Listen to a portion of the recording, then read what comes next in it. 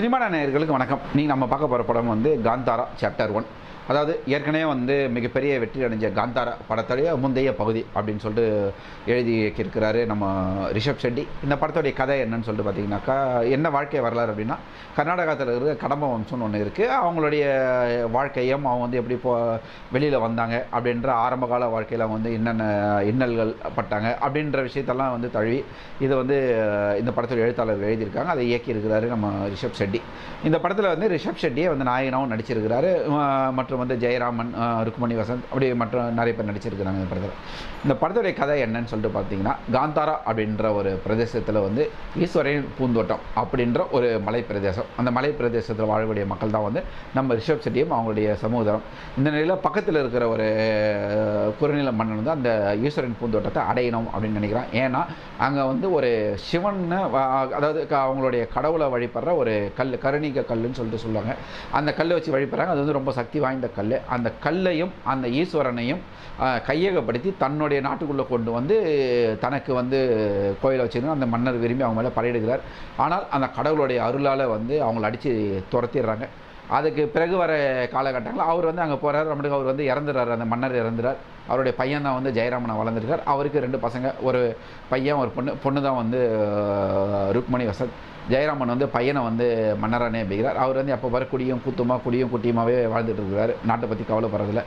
இந்த சூழலில் அந்த இவங்க வந்து ரிஷப் ஷெட்டி வந்து இந்த ஊர்லேருந்து இவங்க மலைப்பகுதியில் விளையிற மிளகு, சீரகம், அந்த இது கடு, பட்டை, லவங்கம் இதெல்லாத்தையும் எடுத்துகிட்டு போயிட்டு அந்த ஜெயராமனுடைய ஆள்ற அந்த ஊரில் இருக்க ஒரு துறைமுகத்தில் போய் வியாபாரம் பண்ணுறாங்க. இப்படியான இவர்களுக்குள்ள பிரச்சனைகள் வருது. இந்த பிரச்சனையில் ஜெயராமனுடைய மகன் வந்து மறுபடியும் நான் ஈஸ்வரனுடைய தோட்டத்தை வந்து நான் வந்து கைப்பற்ற போகிறேன்னு சொல்லி வந்து படையெடுத்து வந்து அந்த ஊர் மக்கள் எல்லாரையுமே அழிக்கிறாங்க. அந்த நேரத்தில் நம்ம ரிஷப் ஷெட்டி மேலே அந்த கடவுள் முதல் பாட்டில் வந்த மாதிரி அந்த இடத்துலையும் அந்த கடவுளுடைய அருள் வந்து அவர் என்ன பண்ணுறாங்க, அவனை கொண்டுறாரு. இப்போது ருக்மணி வசந்தும் ஜெயராமனும் வந்து ஒரு பிளான் பண்ணி அந்த காட்டில் வாழ இன்னொரு பகுதியில் வாழ தீய சக்திகள் கொண்ட ஒரு அரக்கர்கள் இருக்காங்க. அவங்க மூலிமா என்ன பண்ணுறாங்க, இந்த கடவுளை வந்து கொண்டு வந்து நைஸாக பேசி நம்ம நாயகனை மயக்கி அந்த கடவுள்களை இவங்களுடைய கோயிலுக்கு வந்து பிரதேசம் பண்ணி அங்கே வந்து தீய சக்தியை வச்சு அவங்கள லாக் பண்ணிடுறாங்க.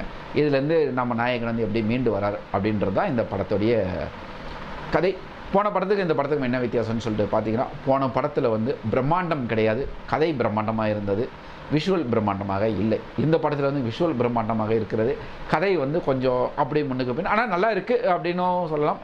ரொம்ப வந்து பெருசாக இல்லாமல் சில விஷயங்கள் பண்ணியிருக்காங்க. ஆனால் இயக்கத்தில் அந்த மேக்கிங்கில் ரிஷப் ஷெட்டி வந்து எங்கேயோ நிற்கிறார் அப்படின்னு தான் சொல்லலாம். நல்ல ஒரு கைத்திறந்த சிஜி ஒர்க்கும், அந்த செட்டு, அந்த மலைவாழ் மக்களுடைய இடத்தை போட்டிருக்கிறாரு. அவ்வளோ அருமையாக இருக்குது. அந்த காட்டுக்குள்ளே லைவாக போய் செட்டை போட்டு அதுக்குள்ளே அந்த மெனக்கெட்டு எல்லோரையும் நடிக்க வச்சு எல்லாமே நல்லா பண்ணியிருக்காங்க. இந்த படத்துடைய மிகப்பெரிய பலம் என்னென்னா, அந்த காந்தாரா கிளைமேக்ஸில் எப்படி ரிஷப் ஷெட்டி மேலே அருள் வந்து வெடிச்சு நிற்பாரோ அதே மாதிரி இதில் வந்து 2 இடத்துல வருது. அந்த அருள் வந்து எப்படி காப்பாற்றுறாங்கன்றது அந்த படத்தை வந்து மற்ற விஷயங்கள் ஸ்லோவாக போனாலும் இந்த இடம் வந்து ரொம்ப வேகமாக்கிடுது. காந்தாரா போன படத்தில் இந்த பல குறைகள் இருந்தாலும் இந்த படத்தில் அந்த குறைகள் எல்லாமே வந்து தமிழ் டப்பிங்கில் வந்து நம்ம நிறைவேற்றிருக்கலாம். போன படத்தில் வீரப்பனை தப்பாக சொல்லியிருப்பாங்க, இந்த மாதிரி நிறைய விஷயங்கள் நடந்திருக்கும். ஆனால் இந்த படத்தில் தமிழ்நாட்டில் கலெக்ஷன் வரணுமேன்றதுக்காக தமிழ் டப்பிங்கில் இதெல்லாம் தவிர்த்துருக்குறாங்க. அது ஒரு விஷயமாக பாராட்டலாம்.